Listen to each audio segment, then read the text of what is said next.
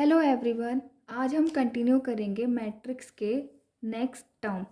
तो हमारा उसके बाद का नेक्स्ट टर्म है कि ऑपरेशंस ऑन मैट्रिसेस, यानी कि मैट्रिक्स पर हम ऑपरेशन मैथमेटिक्स के operation as we know, summation, subtraction, multiplication and division. So हमारा फर्स्ट ऑपरेशन हम देखेंगे मैट्रिक्स की एडिशन। मैट्रिक्स को ऐड करने के लिए बस एक ही कंडीशन रिक्वायर्ड होती है, वो होती है कि उनका ऑर्डर सेम होना चाहिए।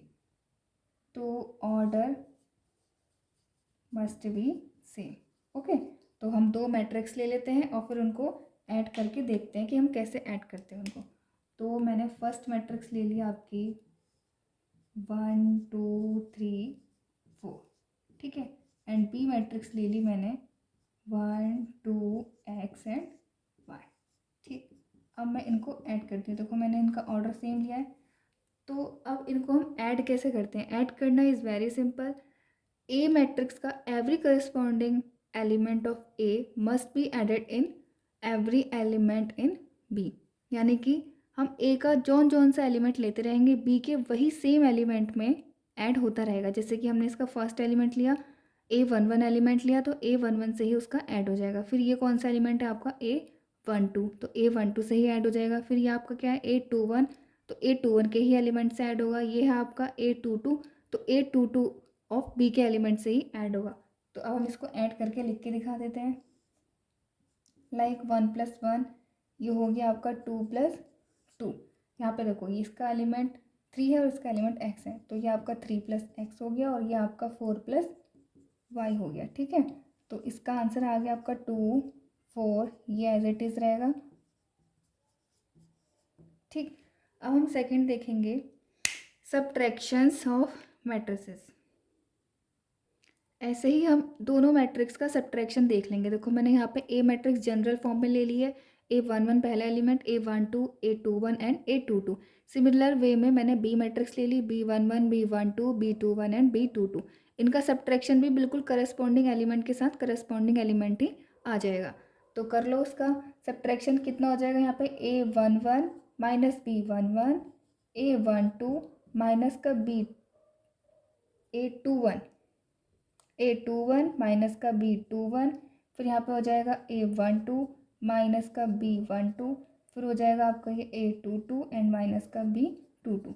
जो भी एलिमेंट होंगे उसका हम सॉल्यूशंस करके फिर लिख देंगे। अब हम देखेंगे third operation, multiplication of matrices.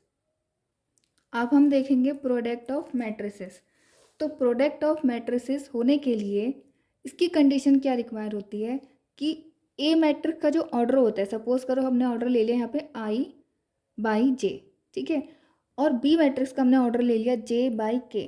तो इनकी प्रोडक्ट तभी पॉसिबल है जब ये वाला J यानी कि ऑर्डर वाला रो एंड कॉलम, यानी कि फर्स्ट मैट्रिक्स की कॉलम एंड सेकेंड मैट्रिक्स की नंबर ऑफ रोज क्या हो, सेम हो या फिर इक्वल हो, ठीक है। तभी इनकी प्रोडक्ट क्या है, पॉसिबल है, अदरवाइज इनकी प्रोडक्ट ही पॉसिबल नहीं होगी। तो मैंने लिख दिया है, ऐसे भी लिख सकते हो आप, column of A is equal to rows of B, ठीक है। ऐसे भी लिख सकते हो आप, number of column of A is equal to number of row of B.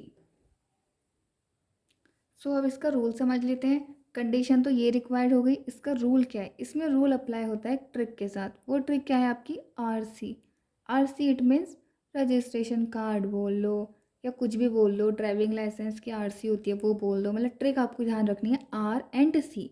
यानी कि देखो ए और बी की मल्टीप्लाई कैसे होगा कि फर्स्ट मैट्रिक्स की हम पहली रो उठाएंगे, यानी कि ये उठाएंगे फर्स्ट रो, और दूसरे मैट्रिक्स का हम फर्स्ट कॉलम उठाएंगे, इट मीन्स ये उठाएंगे, ठीक है।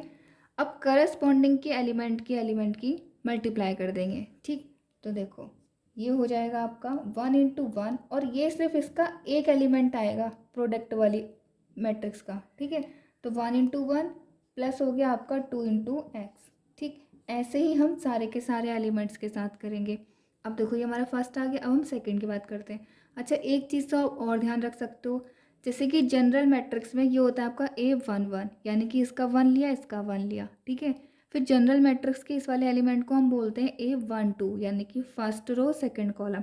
तो यहाँ पे भी यही काम करेंगे कि फर्स्ट रो के साथ सेकंड कॉलम वाला रख देंगे उठा के, ठीक है। तो 1 का 2 के साथ मल्टीप्लाई करा प्लस और 2 का y के साथ मल्टीप्लाई करा, ठीक है। नेक्स्ट अब ये वाला जनरल एलिमेंट क्या होता है A21, तो 2 यानी कि इसकी सेकंड रो लोगे आप और फिर उसके फर्स्ट के साथ अप्लाई करोगे, ठीक है। ये देखो इसको मैंने इसके साथ अप्लाई करा अगेन, ठीक।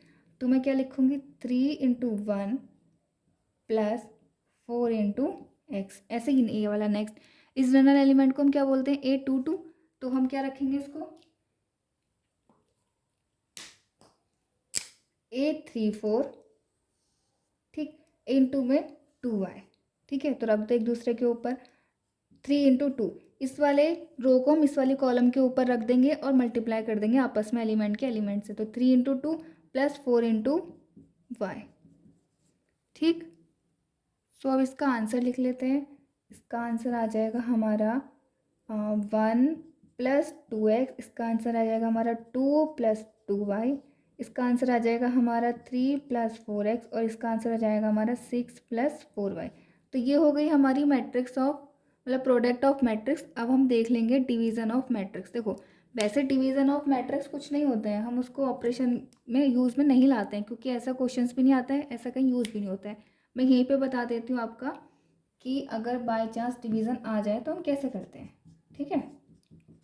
तो क्योंकि अभी ये आपके नेक्स्ट वाले टर्म में आएगा इसलिए यहाँ पे ये समझ में भी नहीं आएगा, लेकिन थोड़ा सा समझ लेते हैं आप।